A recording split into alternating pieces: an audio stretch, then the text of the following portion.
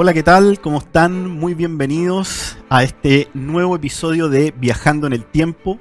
Como pueden ver, estoy aquí reemplazando tanto a la Maida como a la Bárbara, pero no nos quedamos atrás en invitados y en calidad porque tengo un personaje icónico que ya ha estado otras veces en el programa, que es nada menos que el doctor Cristian León, ¿cierto? Académico del Laboratorio de Humanidades de la Universidad San Sebastián. ¿Cómo estás, Cristian? Muy bien y feliz de estar acá nuevamente, pues. Qué bien. Gracias por la invitación. Sí, pues como siempre es un agrado tenerte aquí y nos convoca un tema muy interesante, ¿cierto? Que ahí lo imponíamos antes, nos estuvimos conversando y decidimos que era pertinente abordar este tema para modernizar las perspectivas que existen al respecto, ¿cierto? Que es el encuentro de dos mundos, el choque o tal vez el sincretismo entre el nuevo continente de América y la vieja Europa, ocurrido justamente a partir de Colón y octubre de 1492. Exactamente. Es bien interesante eso porque hay que entender un poco de dónde aparece todo este drama de histórico universal que se desarrolla y entender que España viene saliendo, podemos decir, de el fin de la cruzada interminable de 700 años que tuvo contra el mundo árabe, ¿no es cierto? El mundo más que árabe, el mundo musulmán, ¿no es cierto? Que eran muchos bereberes los que habían, que estuvieron instalados en España y que recién en enero de 1492 son expulsados del último reducto que ellos tenían, ¿no es cierto?, en Granada, por los reyes católicos. Y podemos decir que en agosto ya parte la expedición hacia el Nuevo Mundo, una expedición que le va a dar el honor a España de ser la el único reino de todo el mundo que ha descubierto un continente, que no es menor. Así que se inicia ahí. Y lo otro, también importante, que España viene saliendo de la Edad Media, viene saliendo de ese periodo y entrando en una incipiente modernidad todavía, estamos en 1492, y el mundo hispano se encuentra en otro paradigma, que es el paradigma que se llama mítico. Han pasado al paradigma mágico de los pueblos cazadores recolectores, han entrado en el paradigma mítico, ¿no es cierto?, de los que son los agricultores y ganaderos, qué sé yo, y están en ese estadio, podemos decir, construyendo sus pirámides y templos, caminos, qué sé yo, desarrollando un incipiente lenguaje escrito en algunos puntos, en otros no tanto, todavía ni siquiera llegan a eso. Entonces, son dos mundos que van a entrar en colisión, y eso es lo interesante de este encuentro de dos mundos. Claro, y además lo otro que es relevante y que tal vez no mucha gente lo conoce, es que uno siempre tiende a pensar que hay dos participantes, ¿cierto? Está como América y España, pero en realidad América está subdividida entre enemigos, amigos, claro, súbditos y señores poderosos, y en Europa pasa un poco lo mismo, y como bien tú dijiste además, el descubrimiento de América va a desencadenar una serie de descubrimientos a nivel mundial. Pensemos en las Filipinas, ¿cierto? Japón, descubrimientos hasta por ahí nomás, porque son lugares que igual estaban habitados por la gente y tenían civilizaciones, lo mismo que América. Pero es interesante esto de pensar además, porque uno habla mucho de las consecuencias, ¿cierto? Pero podríamos partir por las causas, porque esto no, digamos, no es gratuito, no es que Colón dijo, oye, yo tengo una idea y me voy a embarcar. ¿Qué es lo que empuja? Porque también tiene que ver con esto del mundo musulmán y el mundo árabe. ¿Qué es lo que empuja a buscar nuevas rutas? Mira, primero hay una tesis que se maneja bastante a nivel escolar y que es equívoca, que dice que Colón fue de los primeros que entendió que la Tierra era claro, esférica. Sí, eso lo sabían los egipcios ya. Claro, los egipcios ya lo había calculado Eratóstenes, creo, no sé, el diámetro de la Tierra. Sí. Y también el códice de Brunetto Latini del siglo XII decía, si dos hombres parten caminando, uno hacia el poniente y otro hacia el levante, es del todo seguro que se encontrarán en el otro extremo de la Tierra. O sea, ya había una concepción de la Tierra esférica en los círculos intelectuales. Lo que pasa es que, claro, a nivel... es como decir, los mitos que recorren muchas veces el público poco educado, que de repente poco y nada entiende ciertas sofisticaciones intelectuales, pero que sí se manejaba en la esfera, digamos, más alta, o sea, ese conocimiento. Pero con respecto a la pregunta tuya, yo creo que, como dices tú, hay una suerte a ver, el resto del mundo, para hablar de América y del resto del mundo, el resto del mundo conoció 4 civilizaciones que no tuvieron contacto entre sí y que desarrollaron, ¿no es cierto?, su propio esfuerzo civilizador, digamos, a diferencia de todos los otros pueblos que todavía están en un estado, como decía, cazador-recolector. Y eso fueron, ¿no es cierto?, la cultura de Sumer, la cultura egipcia, la cultura arapa en la India, ¿no es cierto?, y después la cultura china. Y América desarrolló 2 polos también que no tenían contacto entre sí, que también desarrollaron polos civilizadores, como fue Mesoamérica, ¿no es cierto?, y lo que fueron los Andes centrales, entonces en el sur, en Sudamérica. Entonces, eso configura 6 grupos, digamos, que donde surgió un poco todo este poder civilizador, pero no obstante no eran homogéneos y estaban muchos conflictuados entre sí. Había grupos hegemónicos, como por ejemplo los aztecas, que se dominaron el resto de los pueblos de las tierras altas de Mesoamérica y los esclavizaron. Por lo tanto, claro, la llegada de estos personajes que vienen del otro lado del mar, unos dicen... hablan de ¿cómo se llama?, de la invasión de América, y otros hablan de los de la liberadores liberación de América, digamos, claro. Entonces, porque para muchos fue liberadores, y en todo o sea, en Chile pasa lo mismo. Los mapuches era un pueblo, o los reches, no sé, que era el pueblo que dominó un poco esa zona, como se llamaban ellos, y que después los españoles llamaron araucano. Era un pueblo que se había impuesto sobre el resto de los pueblos mapuches que estaban ahí, ¿no es cierto?, los afquenches, los picunches, los pehuenches, los huilliches. Y la verdad es que muchos lo vieron como liberadores y se unieron a los conquistadores. Entonces, sí, claro, esas tramas uno no las sabe y siempre ve una visión como única. Y eso ha sido un gran error por esa simplicidad, porque pensemos, por un lado, que en el currículum escolar, muchas veces estas cosas se pasan cuando uno está, no sé, en cuarto básico. Exacto, hay que simplificarla, claro, entonces y resumirla. Y no lo vuelven a ver. No. Y se quedan con ese conocimiento, sí, de que la historia es compleja, es cambiante y es contradictoria, digamos, que tiene toda esa, porque la realidad es así. Es como cuando enseñan las civilizaciones antiguas que dicen primero viene Egipto, claro, después viene Grecia y después viene Roma. Se murieron los romanos y vinieron después los, no sé, los bárbaros germánicos, o que murieron los griegos y ahí llegaron los romanos, claro, ese tipo de visiones. Pero lo que te quería preguntar antes de que, para explicarle un poco a la gente que por qué el europeo sale en busca, ¿cierto?, de estas nuevas rutas, es de alguna u otra forma en respuesta, ¿cierto?, a que después de la caída de Constantinopla, ¿cierto?, por el Imperio Otomano, el Imperio Otomano decide cerrar, como quien dice, para el mundo occidental cristiano, la ruta de la seda.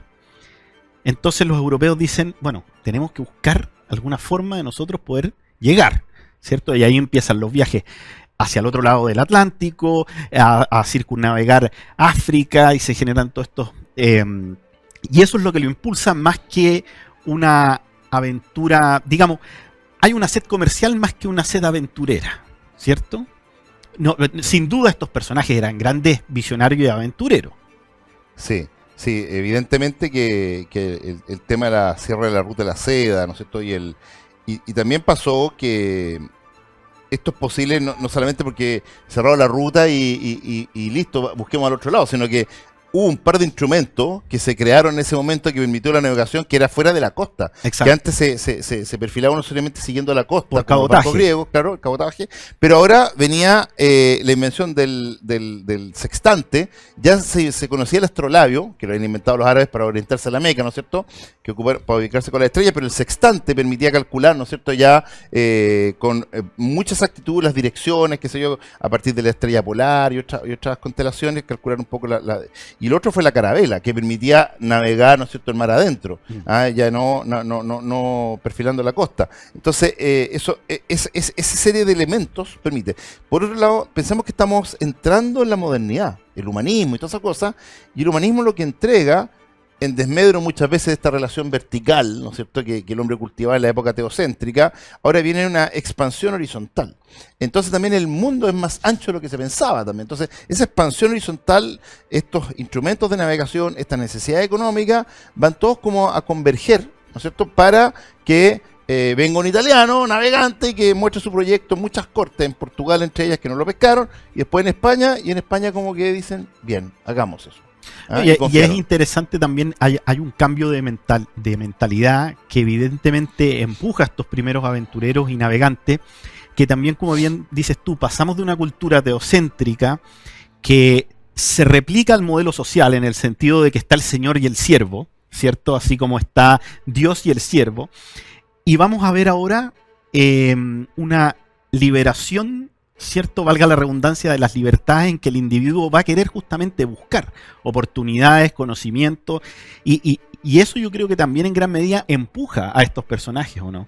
Sí, claro. O sea, de todas maneras hay que considerar el talante o el perfil psicológico del conquistador que viene a América, es un tipo muy especial, muy valiente. Muchos vienen un poco peleando en los antiguos, los viejos tercios españoles, la guerra con Flandes. No, porque está el mito como del delincuente que llega a América. Sí, no, eso es bastante. La verdad es que la descomposición del grupo de la gente que viene no es esa, principalmente delincuentes, ni mucho menos. Y menos los mandamases. Sí, además tiene que tener gente que tú confíes un poco en. Tienes que poner la vida en manos de estas personas. Son gente súper aguerrida. Son mercenarios. Que viene luchando, claro, que muchos vienen, son hidalgos, que son, decir, antiguos aristócratas empobrecidos que perdieron sus tierras y que quieren recuperar, y muchos hombres que vienen con la mística de la cruzada, otros que vienen verdaderamente a evangelizar, que es lo que les interesa, propagar la palabra de Dios, que en España era muy fuerte ese concepto, probablemente más fuerte que en cualquier otro de los países europeos. Entonces se da un conjunto de situaciones y de personas que vienen. Hay gente de carrera militar, como Pedro Valdivia, ¿no es cierto?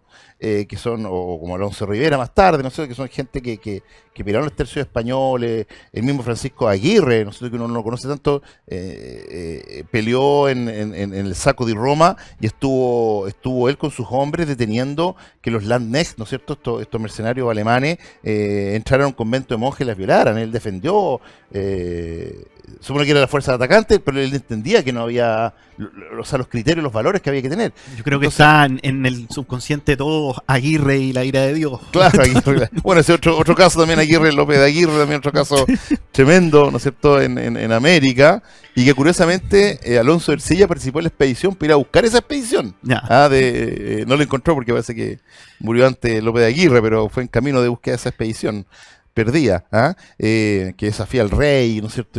Y se declara en rebeldía. Bueno, para entender un poco este choque, ¿cierto?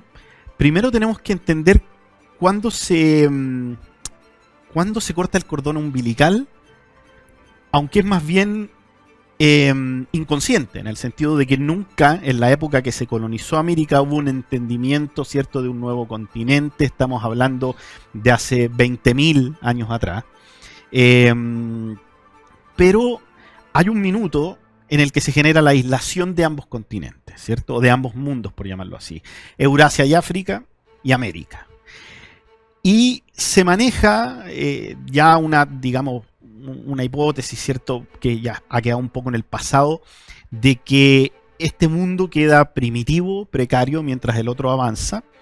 Pero hoy en día se habla más de una divergencia, de que los dos mundos, de alguna manera, evolucionaron de acuerdo a las posibilidades que tenían y en pos de, digamos, el hábitat en el que estaban. Por eso finalmente terminan siendo tan diferentes una de otra. ¿Tu opinión cuál es respecto a eso? ¿Hay una divergencia? ¿Estamos frente a un mundo más primitivo? A ver, hay que entender que los grupos que emigraron, hoy día se entiende que algunos pasaron el 23.000, otros pasaron el 18.000, hay otros que pasaron más temprano todavía, ¿no es cierto? Y los últimos, la cuarta oleada, que probablemente fue por agua, ni siquiera por tierra, fuera la de los inuit o los esquimales, ¿no es cierto?, que fue la última. Pero tenemos todos estos grupos Clovis, ¿no es cierto?, que pasaron antes, que fueron asentándose y bajando por el territorio. Al principio, hace algunos años atrás, se tenía entendido que la agricultura se dio en América, en Tumaco, La Tolita, en Ecuador, ¿no es cierto?, alrededor del 3.500 antes de Cristo, cuando en Europa ya en el 8.000 estaban los primeros experimentos agrícolas. Pero hoy día se ha descubierto que hay asentamientos, que había cultivo en el norte, más o menos en Estados Unidos, por ahí, en torno, ¿no es cierto?, por el Mississippi, por esa zona, en torno al 6.000 antes de Cristo. O sea, uno podría hablar que hay una divergencia de unos 2.500 años del estadio agrícola, ¿no es cierto?, en ambos lugares. Ahora, la agricultura tampoco avanzó a paso rápido, fue a paso de tortuga. O sea, son más o menos 1.000 metros por año lo que las tierras cultivadas van creciendo en esa razón. Y se ha demostrado hoy día que la dieta de un cazador-recolector es mucho más rica que un agricultor, sí, claro, que muchas veces comía, no sé, pues, los mayas, tortilla al desayuno, tortilla al almuerzo y tortilla, ¿no es cierto?, a la noche, listo, y esa era la dieta. En cambio que uno podía comer conejo en la mañana y perdía en la noche, no sé, era mucho más variado. De los Más cazadores. francés, era Claro, más francés. exactamente, más francés. Entonces,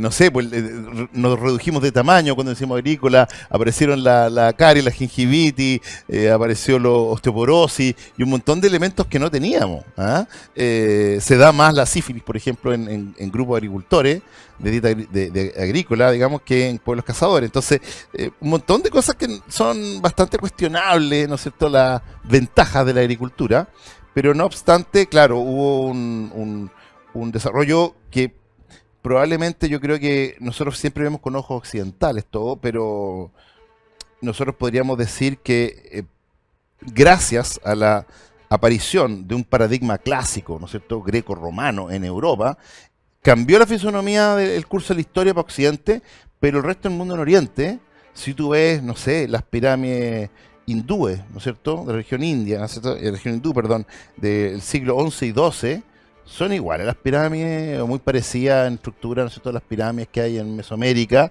en la misma época. Pero son distintas a las catedrales y a la gótica y a la, ¿no es cierto?, románica del siglo XII, XIII, ¿no es cierto?, es totalmente distinto. Entonces, en ese sentido, esa divergencia podría ser, claro, comparada con Occidente, que pasó por un paradigma clásico, paradigma medieval, y está entrando en la modernidad, que además ya marca un salto con respecto a todo el mundo. O sea, Occidente en el siglo XV se convierte en la punta de la flecha de la civilización. O sea, es la que la va a llevar a partir. Hasta ese momento, en la época medieval, estamos menos equiparados todos. Pero después, ya, ¿no es cierto?, del siglo XVI en adelante, el auge que va a cobrar, ¿no es cierto?, Occidente va a ser imparable hasta el día de hoy. Entonces, claro, uno podría decir que, claro, con respecto a Occidente hay mucha diferencia, pero con respecto a Oriente, claro, hay disponibilidades de ciertos animales de tiro que en América no existían, la invención de la rueda y cosas de ese tipo, que van a marcar diferencias sustanciales, o el arado, ¿no es cierto? Pero no sé si sea tan grande si lo comparamos con el resto del mundo. Bueno, ese es un tema que justamente... Perdón, y agreguemos África mucho más atrasado que Sí, América. por supuesto, obvio. Y eso que estaba en contacto. Estaba en contacto, claro. Oye, pero antes de eso nos vamos a ir a una pequeña pausa comercial y ya estamos de vuelta.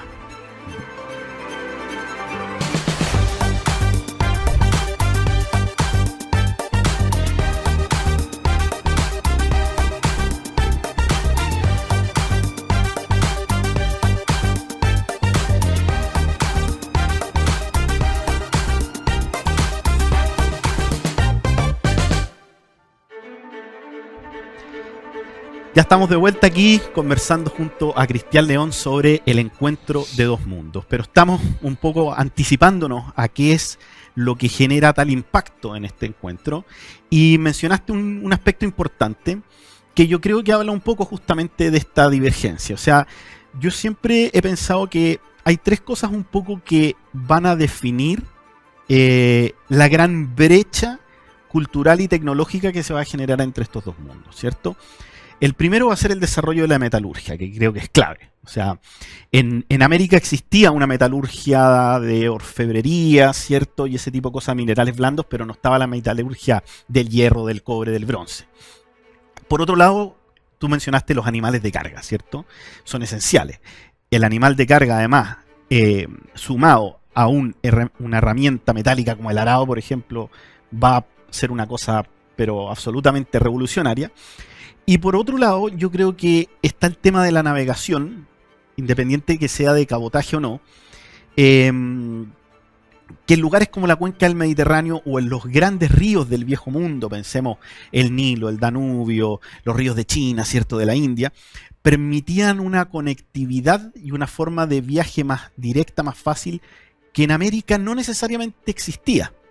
Entonces tenemos dos continentes sumamente diferente, pero estoy hablando desde el punto de vista tecnológico, y tú como hombre, cierto, como doctor en historia del arte, y como hombre que investiga también la conciencia, cierto, la evolución de las religiones, del pensamiento, de las cosmovisiones, ¿por qué es tan diferente, o mejor dicho, qué es tan diferente entre la ideología del ser humano del viejo mundo del siglo XV o del siglo XVI versus la ideología que por supuesto que un azteca, un maya y un inca no necesariamente compartían esta misma cosmovisión, pero sí tenían más puntos en común que con el español, ¿cierto? Entonces, ¿por qué se genera, o mejor dicho, cuáles son las grandes diferencias entre cómo ve el mundo el humano europeo del siglo XVI y el indioamericano del siglo XVI? Ya. Oye, antes de eso dijiste una cosa que me hizo pensar, pero puede ser interesante. Fíjate que tú hablaste de las comunicaciones, navegar los ríos, las carreteras, los caminos. Fíjate que hoy día nosotros estamos en un territorio continuo desde Alaska a prácticamente hasta antes de Punta Arenas por el estrecho de Magallanes, pero el territorio es continuo. Pero sin embargo no existe una carretera que conecte todo el continente. ¿Ah? La zona entre Colombia y Panamá, ¿no es cierto? No se puede pasar y no tiene mucho interés tampoco por el tema de la difusión de droga que puede de Colombia, ¿no es cierto? Ir de América por Panamá y todo ese tipo de cosas, pero no hay carretera. Y por otro lado, y la poca que hay, como que le va quitando el poto a las moras, además, no es que cruce el continente por la mitad tampoco. Claro, se va tirando, por el tema de la cordillera de los Andes, ¿no es cierto? Exacto. Porque básicamente Centroamérica es la continuación de la cordillera de los Andes, y eso Sí. es. Y después sigue la Sierra Madre Oriental y Occidental en México, y después sigue ya, ¿no es cierto?, la Rocallosa, ¿qué se llama? Sí, claro, en Estados Unidos. Bueno, lo interesante es que además el estrecho de Bering, conectarlo, no es una tarea tan difícil, ¿no es cierto?, por tierra. Entonces, si eso pasara, se conectara el punto Colombia con Panamá y el punto de Siberia con Alaska, uno podría ir desde Punta Arenas prácticamente hasta Madrid, ¿no es cierto?, en auto, por tierra. Claro. O sea, es es interesante la factibilidad, pero no la realización, ¿no es cierto?, de facto. Por otro lado, un poco las cosmovisiones.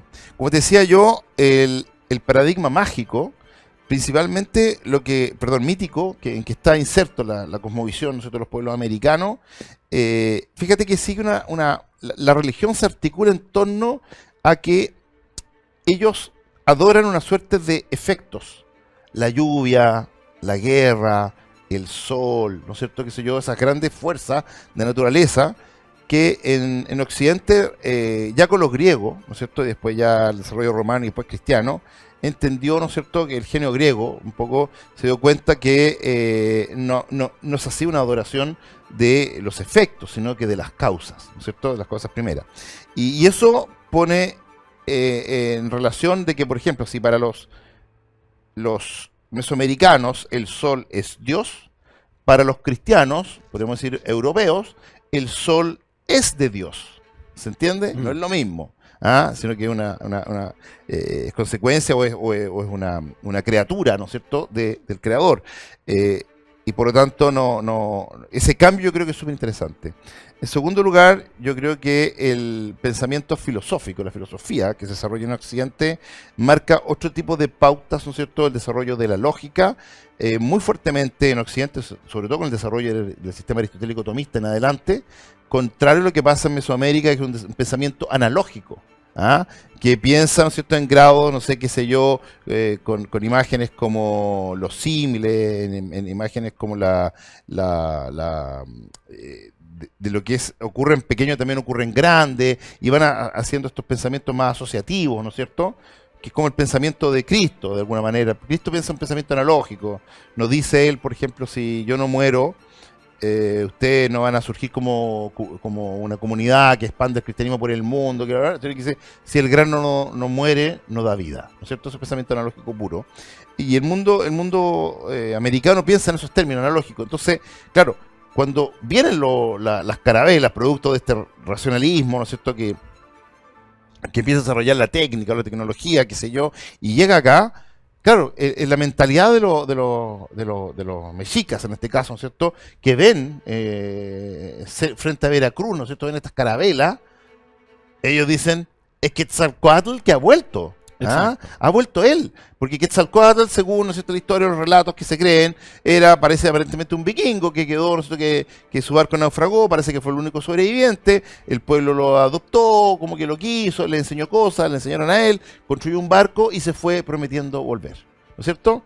Y en esa promesa de este dios que iba, comillas, perdón, de este vikingo, pero que con el tiempo de la leyenda se pasó al mito, del mito de la religión, se convirtió en un dios, y él había prometido volver, ¿no es cierto?, desde Occidente. ¿Ah? Y era un hombre con cabellos rubios, barbado, grande, qué sé yo. Claro, y cuando llega Gómez de Alvarado con Cortés, ven a este tipo rubio de 2 metros y dicen, este es Quetzalcóatl, ¿no es cierto?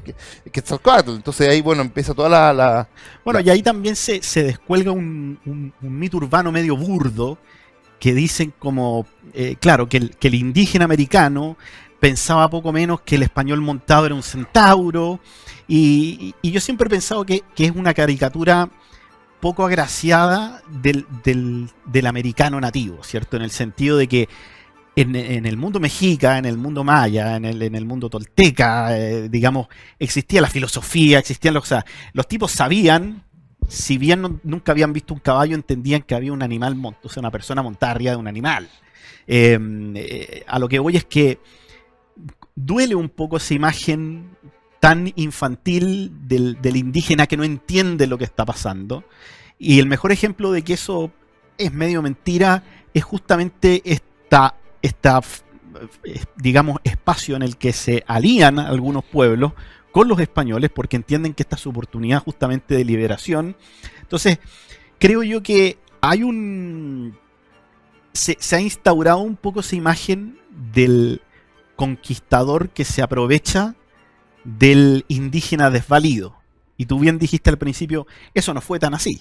Sí, lo que pasa es que a ver, hay que entender que sí hubo un desconcierto inicial. Por supuesto. O sea, ver estos tipos montar unos caballos que y de ambas partes, yo creo. Con armaduras relucientes, con estos arcabuces que sonaban, estos cañones o bombardas que tenían estos estruendos y que mataban a distancia. Ellos al principio les causó desconcierto, obviamente, y un terror, podríamos decir, metafísico.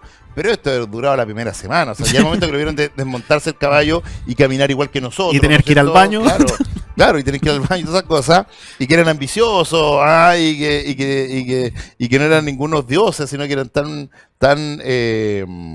probablemente dados, ¿no es cierto?, a fallar y a cometer, ¿no es cierto?, errores, tal como ellos. Básicamente esa sorpresa inicial descubrió poco, claro. Lo que pasa es que también, como te decía yo, es un hombre, es un tipo de hombre de una fuerza que en el comienzo de las hostilidades, hay libros que relatan, por ejemplo, con los araucanos, que cuando se enfrentaban, ¿no es cierto?, 50 españoles contra, perdón, 50 indígenas por español, los españoles encontraban que la pelea era más o menos justa. Por ejemplo, el problema de Pedro Valdivia, que tenía 37 hombres, que se enfrentó era una proporción de 500 a 1, o sea, no tenía nada que hacer ahí, ¿no es cierto? Con Lautaro, claro. O sea, de hecho, los batallones, la sexta oleada, que era la última que le quedaba a Lautaro, de batallón refrescado, ¿no es cierto? Porque ellos pelearon oleada sucesiva. La verdad es que los españoles la primera oleada la barrieron, la segunda también, la tercera a duras penas la contuvieron, ya la cuarta están agotados, pero igual ya ya como que no querían más, ¿no es cierto? Y de repente ya viene una quinta, resisten los pocos españoles que quedaban, y viene una sexta, y ahí Pedro Valdivia le dice, caballeros, ¿qué se supone que hagamos? Entonces le dice un hombre que está al lado de él, le dice, ¿cómo que íbamos a hacer? Sino que peleemos y que muramos, le dice. Claro. ¿Ah? Porque eso es lo que hay que hacer, no queda más. Bueno, efectivamente mueren, pero era una desproporción. Pero lo que te decía yo, claro, un tema combativo de los españoles que era muy bravo en ese sentido, y que, bueno, generó un desconcierto, como te decía, pero esto no se debe, o sea, lo que yo siempre digo a mis alumnos, que los aztecas tienen 300.000 guerreros de las órdenes de los águilas y de los jaguares. Basta que ellos caminaran contra los 150 o 250 españoles que tenía Cortés y lo aplastaran y listo, se acababa Entonces no se entiende, no podemos entender y explicarnos la conquista de América por 250 hombres, ¿no es cierto?, por mucho caballo, bombarda y arcabuces que tengan, contra estos 300.000 guerreros, ¿no es cierto?, que eran de profesión guerreros. Hay una trama de intriga política que no se suele contar. Claro, que eso es lo que te digo. ¿Te fijáis? Y eso justamente habla también de la complejidad política de los pueblos que estaban acá, que en cierta medida, como bien dices tú, no era que fuera una ola humana y un tema de fuerza de 1 contra 1 o de 10 contra 1, sino que más bien se planteó en un principio una alianza. Moctezuma no creyó que estos personajes venían a conquistar. Entonces, es un escenario mucho más complejo, pero al mismo tiempo mucho más rico y interesante del que, de como bien tú dijiste antes, a veces de esa simplicidad que nos cuenta la historia escolar, ¿cierto? Claro. O sea, el mismo caso vale para el caso de, ¿no es cierto?, de Perú, con Pizarro. Pizarro era todavía más miserable, de 100, quizás máximo 150 hombres con 27 caballos, un par de cañones y 10 arcabuces, no sé, una cosa así, contra el ejército, ¿no es cierto?, de los incas, de Atahualpa, que acaba de ser vencedor. Y uno no explica que, claro, dice que los atacaron los españoles a donde estaba el Inca Atahualpa, lo tomaron preso y se desbandó un poco el... Claro, pero también hay que considerar otros temas, que estaban todo el ejército de Huáscar, que era el hermano que estaba recién derrotado por Atahualpa, ¿no es cierto?, y que se unieron a los españoles a fin de recuperar Cusco, ¿no es cierto? Entonces, todas esas cosas uno esas tramas como que no las cuenta, o lo que pasó, ¿no es cierto?, en México, que los tlaxcaltecas, los totonacas, ¿no es cierto?, los huastecas y un montón de pueblos todos que estaban absolutamente cansados, ¿no es cierto?, de que estos aztecas sacrificaran 20.000 hombres, estos señoríos, ¿no es cierto?, 20.000 hombres prácticamente al año, según las fuentes más pro-aztecas y más conservadoras, por decir que son 150.000, yo no lo creo, pero 20.000, pero ponle 20.000. En la guerra florida y los sacrificios. Con 20.000 tú no te alcanzás ni siquiera a repoblar la población. Era un exterminio, los nazis quedan chicos. Exactamente, entonces, en ese sentido, como te digo, son otras causas que muchas veces se ocultan, se callan, y que podemos entender ya con una lógica mucho más madura y con honestidad intelectual, entender que el proceso fue un proceso para muchos liberador. Exacto. De un pueblo, ¿no es cierto?, que estaba oprimiendo a los, en este caso al resto de las etnias. Eso no significa que las consecuencias hayan sido otras. Así que, sí, o sea, pero bueno, antes de tocar ese tema, tanto de las consecuencias humanas como naturales, vamos a ir a una pequeña pausa y ya volvemos.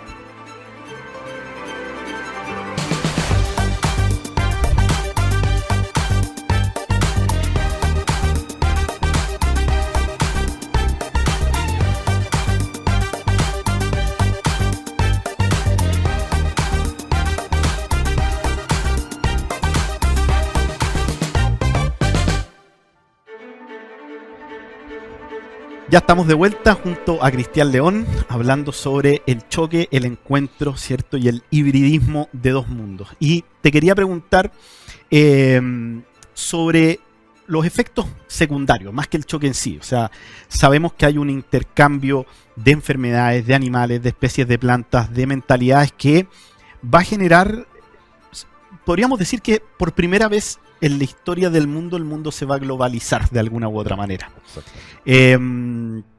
¿Cuál crees tú que fue el efecto, primero hablemos de las cosas malas, más devastador de la conquista?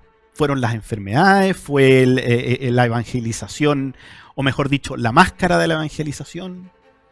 Ya, mira, primero yo creo que es también un mito, y contado mito como mentira, no significa mito eso, pero contado como una especie de mentira que sea esparcido, digamos, lo que se llama este mito negro legendario, ¿no es cierto?, la leyenda negra, que los españoles diezmaron a la población, ¿no es cierto?, porque la esclavizaron o las mataron o qué sé yo. La verdad es que eso no fue así. La verdad es que la primera misión que tenían los españoles, ¿no es cierto?, y esto ya desde Isabel la Católica y después con, ¿no es cierto?, con las distintas cédulas reales que se emitieron, era la evangelización de los naturales, y eso conllevaba, ¿no es cierto?, que un natural, un indígena, en el momento en que era simplemente se bautizaba a la fe católica, era súbdito, ¿no es cierto?, de la corona en igualdad de condiciones que cualquier persona. Y esto hizo, ¿no es cierto?, que por lo menos en el papel de que había, ¿no es cierto?, después las encomiendas, abusos y cosas así.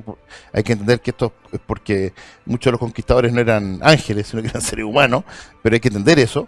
Pero en general podríamos decir que fue un proceso en que al indígena se le respetó siempre, ¿ya? Pero además sería de una inocencia aberrante ver, incluso si es que pasó lo que dicen, ¿cierto?, claro, lo que se maneja, sería de una inocencia aberrante pensar que esto es la primera vez. O sea, solamente pensemos, por ejemplo, en el Imperio Romano, César y la conquista de la Galia. O sea, estamos hablando de un proceso que llevaba ocurriendo, digamos, milenios. Esto no era nada nuevo que un pueblo cometiera, digamos, atropellos contra el que estaba conquistando. Bueno, es que o sea, pensemos 50 años, no, ya ponle ya, sí, 50 años antes de este episodio, Vlad Dracul estaba empalando, ¿no es cierto? Exacto, o sea, En Valaquia a todos los otomanos. Entonces, claro, claro, tampoco hay que no hay que perder uno de los grandes errores es jugar con el presentismo famoso, ¿cierto? Los acontecimientos del pasado.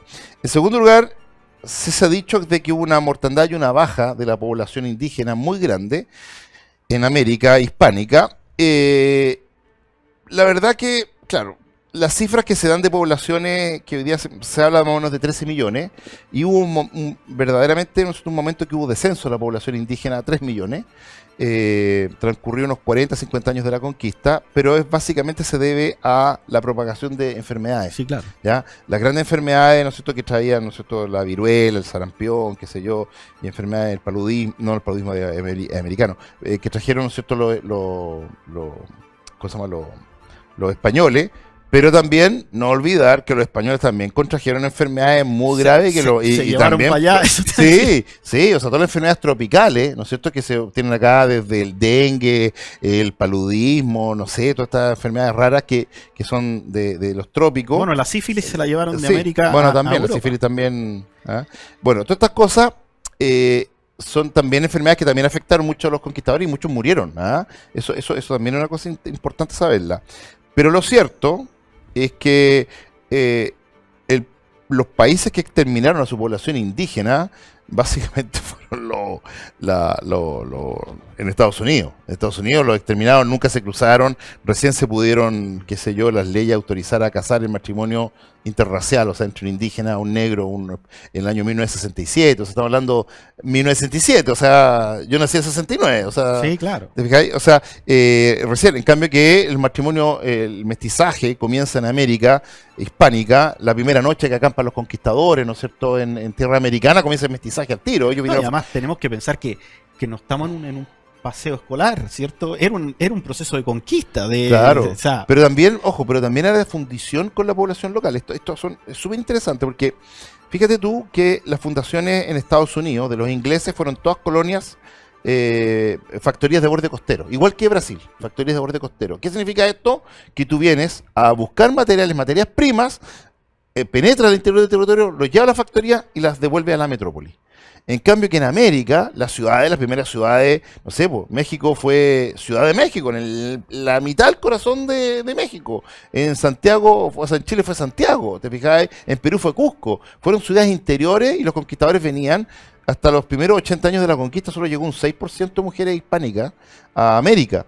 Por lo tanto, ellos Cortés se casó y casó a todos sus oficiales con princesas totonacas cuando llegó. Entonces, el acto de fundirse con la población local era un acto que venían ellos, que ellos venían ya de la idea, ¿no es cierto?, de los matrimonios con los moros, las moras, ¿no es cierto?, en España. O sea, el tema de la mezcla racial para ellos era un must. O sea, se partía de esa base para conformar un nuevo pueblo, América mestiza.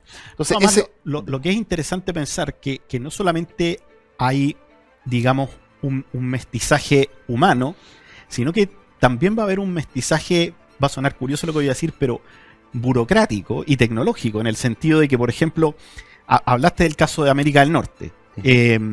Evidentemente, el conquistador inglés llega a un ambiente más primigenio, ¿cierto?, más precario, pero el español que llega a México, sobre todo el que llega al altiplano central de México, ¿cierto? uh-huh. Es como un poco lo que les pasó a los romanos cuando conquistan Grecia, en el sentido de que tenían todo armado. O sea, aquí había carreteras, habían sistemas de impuestos, habían ciudades, habían alcantarillas. O sea, los tipos en verdad echaron a andar su cuento en una matriz que ya estaba establecida. Claro.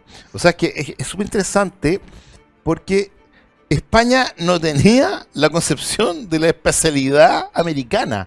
Son espacios tremendamente gigantescos. Exacto. O sea, la escala, ¿no es cierto?, geográfica de ellos yo no tenía la experiencia. Es un poco lo que le pasó si se valiera el símil, con Alejandro Magno cuando llega, ¿no es cierto?, desde Macedonia, una cosita enana, y llega, claro, a Babilonia y a Persia, y se da cuenta que ellos no tienen experiencia para dominar un imperio. Entonces, ¿qué es lo que hacen? Copian la estructura existente. Y ese es el éxito de la Sevilla de 1500 versus el Tenochtitlán de 1500. No hay comparación. O sea, ya tú conoces Tulum, ¿no es cierto? Tulum, ya en las cartografías, en las crónicas de los españoles decían, y vimos una ciudad, refiriéndose a Tulum, que no podía ser ni más pequeña, ni más bulliciosa, algo así, que Sevilla. O sea, la comparan con Sevilla. Tulum es una porquería, digamos. Sí. Pero si tú llevas a Tenochtitlan, una ciudad donde vivían 300.000 personas, que tenía zoológico, tenía hasta zoológico humano, sistema de alcantarillado, puentes, conectaban con islas, ¿no es cierto?, que tenían estos sistemas de chinampa, o sea, de calzada, o sea, una cosa que los españoles cuando llegan no lo pueden creer. Entonces, obviamente, la estructura que van a hacer ellos, y va a ser un plan común para toda América, es ocupar las estructuras que ellos tenían y tener ciudades con amplia jurisdicción, ¿no es cierto?, administrativa para controlar el imperio. Ahora, la fundación de ciudades es notable. En los primeros, no sé, hasta el año 1575 o 71, cuando aparecen las leyes de India, ya había fundado 300 ciudades españolas. En el siglo XVI se fundaron 500 ciudades en América. O sea, está hablando de una escala también, de una fuerza también civilizatoria de los españoles, pero que obviamente ocupa la estructura. Cusco, uno puede ir a Cusco y ver que el primer piso es incaico y el segundo piso, que es de adobe, es español. Entonces, montado sobre la ciudad antigua, ellos ocuparon toda esa estructura. Siempre fue una estrategia de colonización, digamos. Oye, y te quería preguntar por el tema de las influencias artísticas y del sincretismo, porque una de las cosas, sobre todo que se ve mucho en Chile, ¿cierto?, que se habla del arte colonial, de la mezcla, ¿cierto?, del arte sacro español con el arte indígena, y creo que es algo súper interesante lo que ocurre en México, y mi pregunta es, toda esta cultura religiosa que existe en México, en Perú, que nace justamente a partir del siglo XVII en adelante, es producto de el arte nace producto de un sincretismo religioso, son dos cosas que van en paralelo. Mira, hay un evento que es muy interesante y que en el año 1535 aproximadamente está la aparición de la Virgen de Guadalupe en México. La Virgen de Guadalupe aparece en el Tepeyac. El Tepeyac era la montaña sagrada donde residía la diosa Tonantzin, la diosa madre de los aztecas. Entonces es muy interesante que esta diosa, o sea que esta virgen, la Virgen de Guadalupe, que no es una virgen indiana, tampoco hispana, sino que una virgen mestiza, ¿no sé?, que está embarazada, viene con una idea, ¿no es cierto?, que la que transmite, que básicamente ya no es el hombre el que debe morir por su dios, como en el caso de los aztecas, ¿no es cierto?, sino que ahora es Dios mismo el que muere por el hombre. Ese acto que ya había pasado en Occidente, ¿no es cierto?, cuando Cristo muere, que se terminan prácticamente todas las corrientes sacrificiales del mundo, que se sacrificaban desde animales hasta humanos, ¿no es cierto?, depende de los pueblos que uno vaya visitando, se acaba porque ya el que Dios muera por el hombre, ya no existe sacrificio más grande, y se acaban las corrientes sacrificiales. Y esto va a pasar en América también.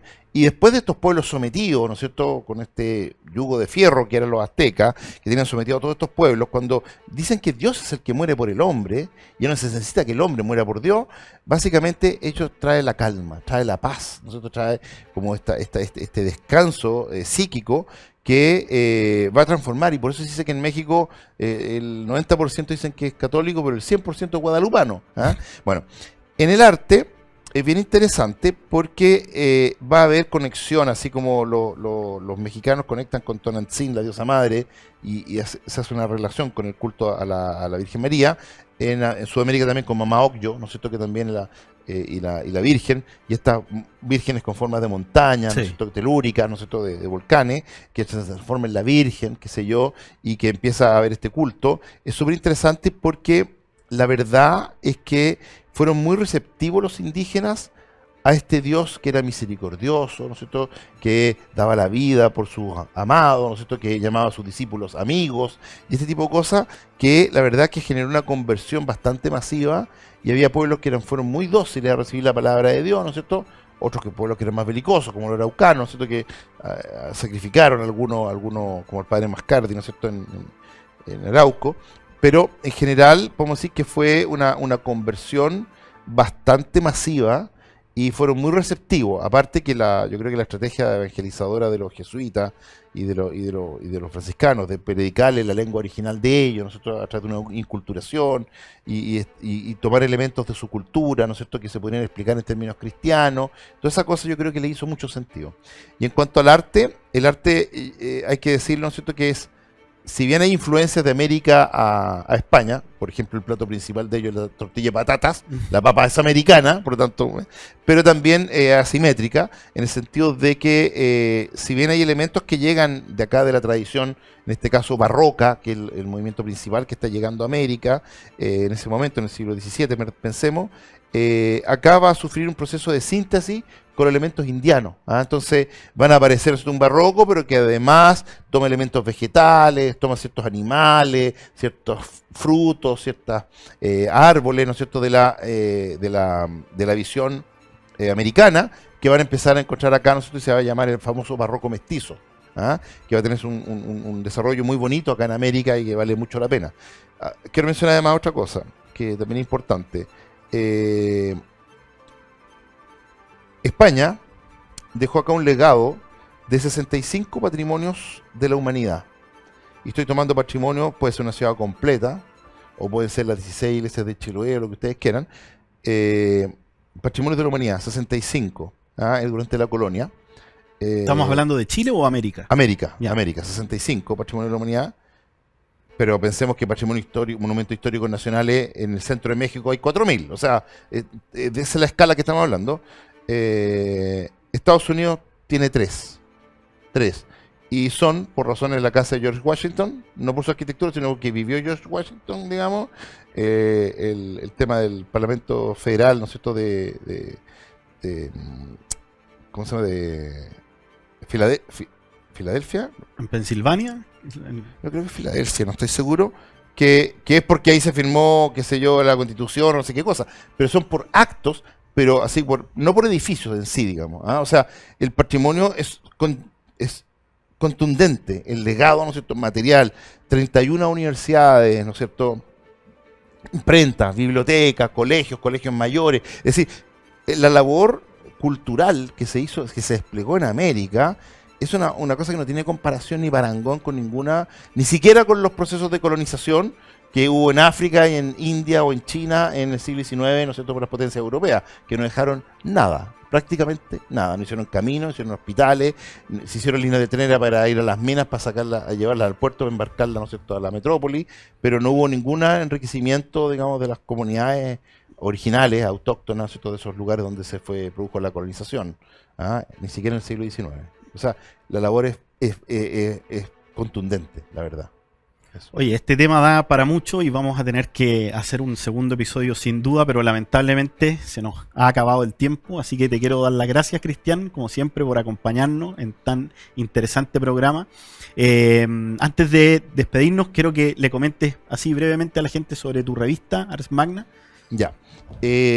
Nosotros tenemos una revista que se llama Ars Magna, que la pueden ubicar, ¿no es cierto?, en ars-magna.org, que es una revista digital de artes y humanidades que toca varios temas. Tiene temas, ¿no es cierto?, de literatura, de arte, ¿no es cierto?, pictórico, escultórico, arquitectura contemporánea, tiene patrimonio, tiene historia, filosofía y cultura cristiana. Y esos temas, ¿no es cierto?, se desarrollan, así que siempre se invita a muchos profesores, académicos y escritores, ¿no es cierto?, a sacar esta revista, que es gratuita, por eso les decía que es ars-magna.org, que además de la revista, que es de aparición trimestral, tiene varias secciones súper interesantes, que hay videos, clases y cosas, digamos, que ustedes pueden ver. Así que los dejo totalmente invitados a que visiten la página, que es maravillosa. Así es, pues nos estamos viendo. Muchas gracias a todos por acompañarnos.